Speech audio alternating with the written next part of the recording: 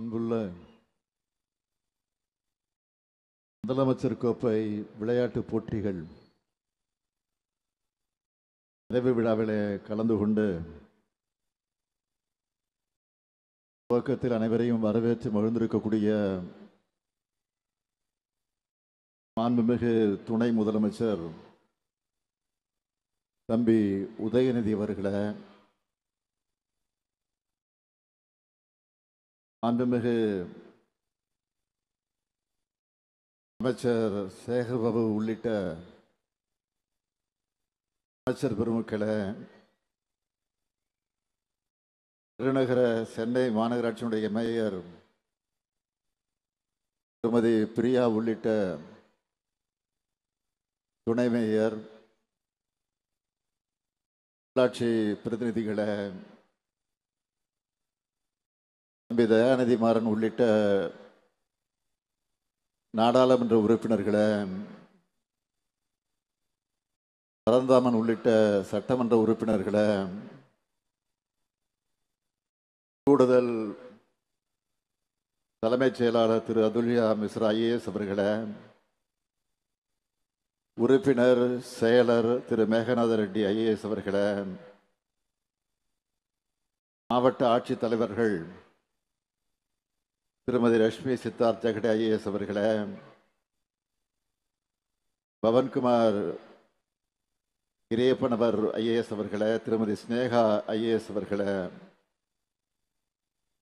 அரசு உயர் அலுவலர்களே, சதுரங்க சாம்பியன் சார்வானிகா அவர்களே, நீச்சல் வீரர் ரோஹித் அவர்களே, கோப்பைகள் மற்றும் பதக்கங்களை வென்றுள்ள வீரர்களே, வீராங்கனைகளே, பத்திரிகை மற்றும் ஊடகத்துறை சார்ந்த நண்பர்களே, உங்கள் அனைவருக்கும் என்னுடைய அன்பான வணக்கம். இந்த ஆண்டுக்கான முதலமைச்சர் கோப்பையில் பங்கேற்று பல்வேறு வெற்றி இடங்களை பெற்று பரிசுகளை பெறக்கூடிய அத்தனை விளையாட்டு வீரர்களுக்கும் வீராங்கனைகளுக்கும் முதலில் என்னுடைய பாராட்டுக்கள், வாழ்த்துக்கள். இத்தனை இளைஞர்களை, திறமையாளர்களை அடையாளம் காண உழைத்துக் கொண்டிருக்கக்கூடிய மிகு துணை முதலமைச்சர் உதயநிதி அவர்களுக்கும் என்னுடைய பாராட்டுக்கள், வாழ்த்துக்கள். யங் அண்ட் எனர்ஜெட்டிக் மினிஸ்டர் கிட்ட இளைஞர்களுடைய நலனையும் விளையாட்டுத்துறையோட எதிர்காலத்தையும் ஒப்படைச்சா அதை எப்படி வெற்றிகரமாக அமையும் என்பதற்கு தமிழ்நாடு எடுத்துக்காட்டாக ஆகியிருக்கு. நம்முடைய தமிழ்நாட்டுக்கு பெருமை சேர்க்கிற உலக அரங்கில் வெற்றிகளை குவிச்சு நாட்டுக்கு பதக்கங்களும் வெற்றி கோப்பைகளும் பெற்றுத்தரப்போகிற திறமையான இளம் விளையாட்டு வீரர்களை பாராட்டுகிற இந்த விழாவை மிக பிரம்மாண்டமாக ஏற்பாடு செஞ்சிருக்க விளையாட்டுத்துறையினுடைய செயலாளர் திரு அதுல்யா மிஸ்ரா IAS அவர்களையும், விளையாட்டு மேம்பாட்டு ஆணைய உறுப்பினர் செயலர் திரு மேகநாத ரெட்டி IAS அவர்களையும் மற்றும் அலுவலர்களையும் நான் பாராட்டுகிறேன், வாழ்த்துகிறேன். தமிழ்நாட்டு விளையாட்டுத்துறையோட கோல்டன் ஏஜா நம்ம திராவிட மாடல் ஆட்சி இருக்கு. நேஷனல் லெவல் போட்டிகளாக இருந்தாலும், இன்டர்நேஷனல் டோர்னமெண்ட்டுகளாக இருந்தாலும் ஹை குவாலிட்டியில ஹோஸ்ட் பண்ற இடமா நம்ம தமிழ்நாடு வளர்ந்துருக்கு. நம்ம தமிழ்நாட்டு பிளேயர்ஸ் ஒவ்வொருத்தரும் நாங்க சாம்பியன்ஸ்னு வெற்றி மேல வெற்றிகளை குவிச்சிட்டு இருக்காங்க. இதற்கு காரணமான நம்முடைய பயிற்சியாளர்களுக்கும் என்னுடைய பாராட்டுக்களையும் வாழ்த்துக்களையும் நான் தெரிவித்துக் கொள்ள விரும்புகிறேன். விளையாட்டை வளர்க்க திறமையான வீரர்களை அடையாளம் கண்டு ஊக்குவிக்க உரிய அங்கீகாரம் வழங்க 37 கோடி ரூபாய் பரிசு தொகையோட இந்த முதலமைச்சர் கோப்பை விளையாட்டு போட்டிகளை நடத்தி இருக்கிறோம். உதயநிதி அவர்கள் எடுத்து சொன்னது போல கடந்த 4 ஆண்டுகள்ல நம்ம தமிழ்நாடு எல்லா துறைகளையும் எப்படிப்பட்ட உயரங்களை அடைஞ்சிட்டு இருக்குன்னு இளைஞர்களான உங்களுக்கு நல்லா தெரிஞ்சிருக்கும். அதனாலதான் நாட்டிலேயே பொருளாதாரத்தில் எந்த மாநிலமும் சாதிக்காத டபுள் டிஜிட் வளர்ச்சியை நாம சாத்தியப்படுத்தி இருக்கிறோம். இந்த சாதனை பயணம் விளையாட்டு துறையிலும் எதிரொலிக்குது, தொடர்ந்து எதிரொலிக்கும். திறமையாளர்கள் எங்க இருந்தாலும் அடையாளம் கண்டு அவங்கள ஊக்குவிக்கணும் என்று நினைக்கிறோம். அதனாலதான் பள்ளி கல்லூரி மாணவர்கள், மாற்றுத்திறனாளிகள், பொதுமக்கள், அரசு ஊழியர்கள் எல்லா தரப்பினரும் கலந்துக்கிற மாதிரி சிஎம் டிராஃபியை டிசைன் பண்ணணும். இந்த சிஎம் டிராஃபியோட கடந்த ஆண்டு வெற்றியை பார்த்து 16,28,338 பேர் இந்த ஆண்டு பங்கேற்க ஆன்லைன்ல ரெஜிஸ்டர் பண்ணியிருந்தாங்க. 5 பிரிவுகளின் கீழே நடந்த 38 போட்டிகள்ல மாவட்ட மண்டல அளவை எல்லாம் கடந்து 32,000க்கு மேற்பட்ட வீரர்கள் ஸ்டேட் லெவல்ல கலந்துக்கிட்டாங்க. இவங்கள தனிநபர் பிரிவில் முதல் 3 இடங்களை பிடிச்சிருக்கக்கூடிய வெற்றியாளர்களுக்கு 1 லட்சம் ரூபாய், 75,000 ரூபாய், 50,000 ரூபாய். டீம் ஸ்போர்ட்ஸ்ல அணியில் இருக்கிற எல்லோருக்கும் 75,000 ரூபாய், 50,000 ரூபாய், 25,000 ரூபாய் பரிசு தொகையாக வழங்குகிறோம். அது மட்டுமல்ல, இதோட கல்வி உதவித்தொகை, அங்கீகாரம் மற்றும் வேலை வாய்ப்பு உள்ளிட்ட பல நன்மைகளையும் வழங்குகிறோம். இந்த ஆண்டு முதல் முறையா இ ஸ்போர்ட்ஸும் நடத்தி இருக்கிறோம். எல்லா போட்டிகளும் கேம்ஸ் மேனேஜ்மெண்ட் சிஸ்டம் மூலமா வெளிப்பட தன்மையோட நடத்தப்பட்டிருக்கு. எல்லா அப்டேட்டுகளையும் ஸ்கோரையும் வாட்ஸ்அப் சாட்பாட் மூலமா தெரிஞ்சிக்க ஏற்பாடு பண்ணியிருக்கிறோம். இப்படி நிறைய செஞ்சிருக்கிறோம்.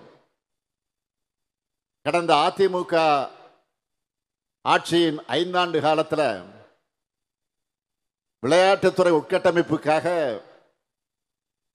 170 கோடியே 33 லட்சம் ரூபாய் தான் நிதி ஒதுக்கப்பட்டுச்சு.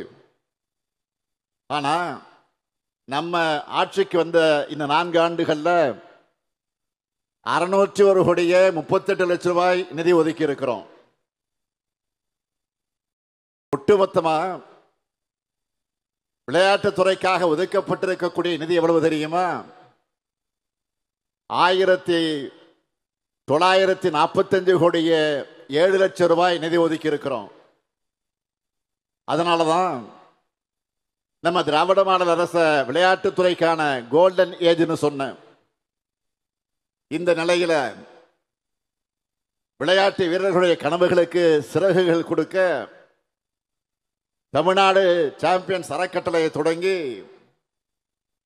இதுவரைக்கும் 1369 வீரர் வீராங்கனைகளுக்கு 25 கோடி ரூபாய்க்கு உதவிகளை வழங்கியிருக்கிறோம்.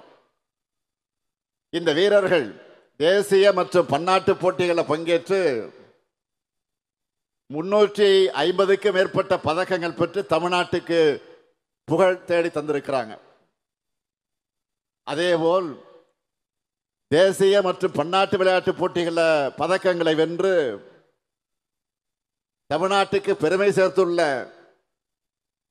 5393 விளையாட்டு வீரர் வீராங்கனைகள், மாற்றுத்திறனாளி விளையாட்டு வீரர்களுக்கு உயரிய ஊக்கத்தொகையாக 172 கோடி ரூபாய் வழங்கப்பட்டிருக்கு.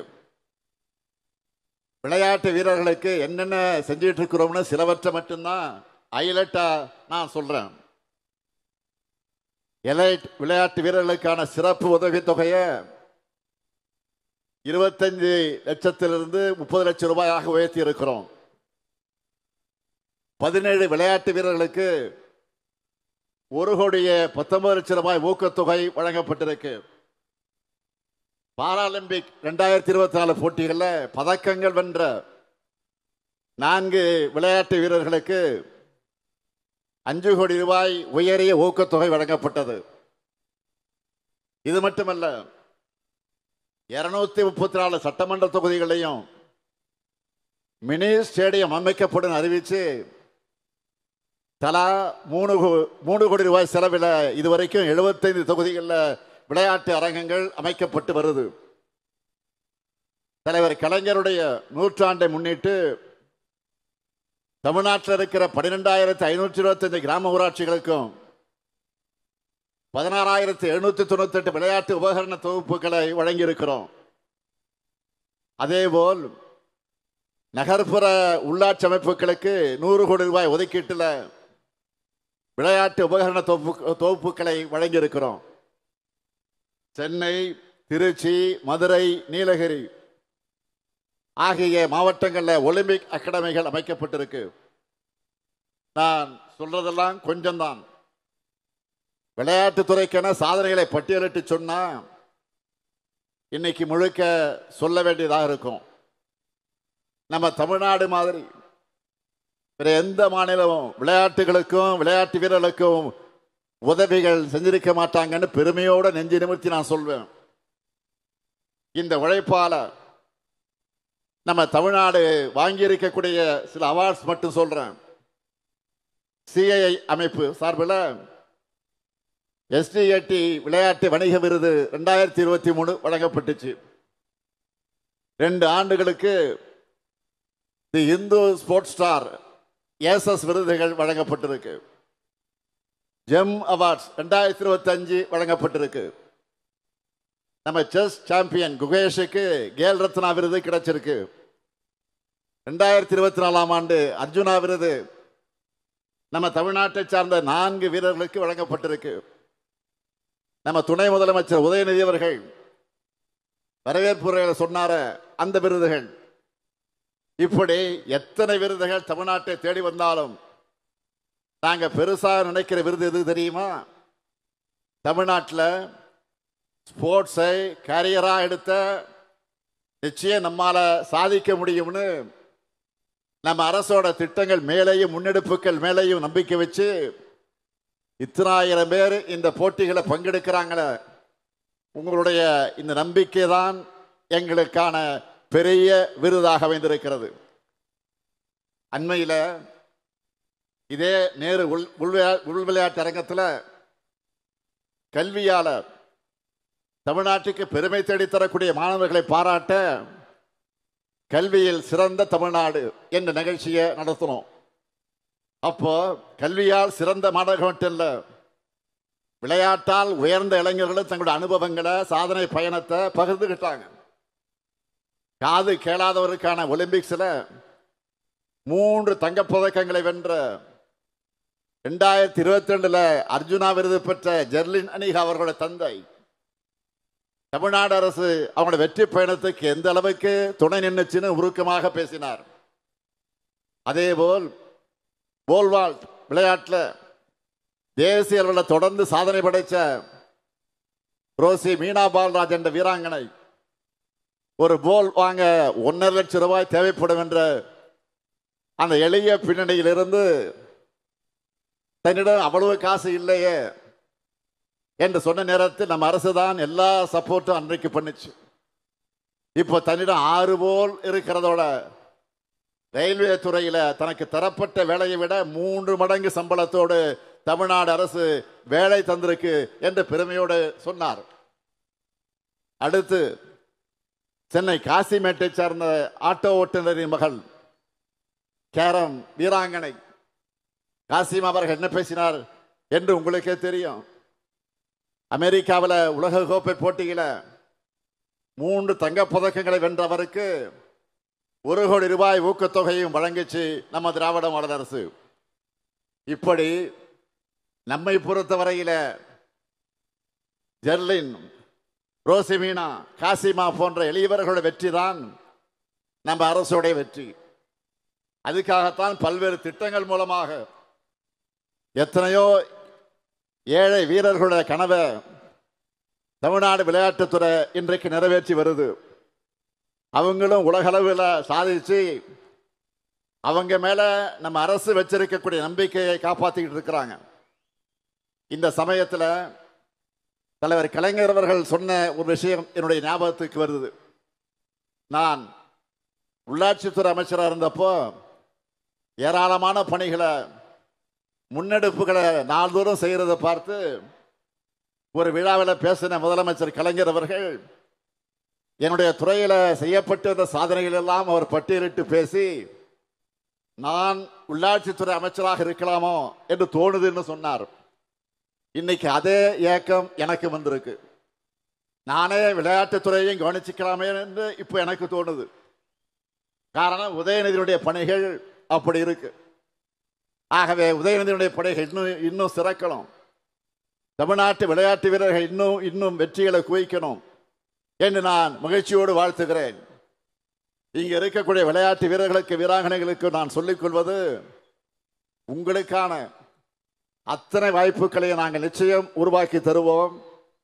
நீங்கள் விளையாட்டில் கவனம் செலுத்தி முறையா பயிற்சி பண்ணி உங்க திறமையால நம்ம தமிழ்நாட்டுக்கு, இந்திய நாட்டுக்கு பெருமை சேருங்க. உங்களுடைய தேவைகளை நிறைவேற்றி கொடுக்க முதலமைச்சரான நானும் இருக்கிறேன். உங்க துறையுடைய அமைச்சரான துணை முதலமைச்சர் உதயநிதியும் இருக்கிறார். என் நம்பிக்கையோட உங்க சாதனை பயணம் தொடர என்னுடைய வாழ்த்துக்களை தெரிவித்து, களம் நமது, வெற்றி நமது. நன்றி, வணக்கம்.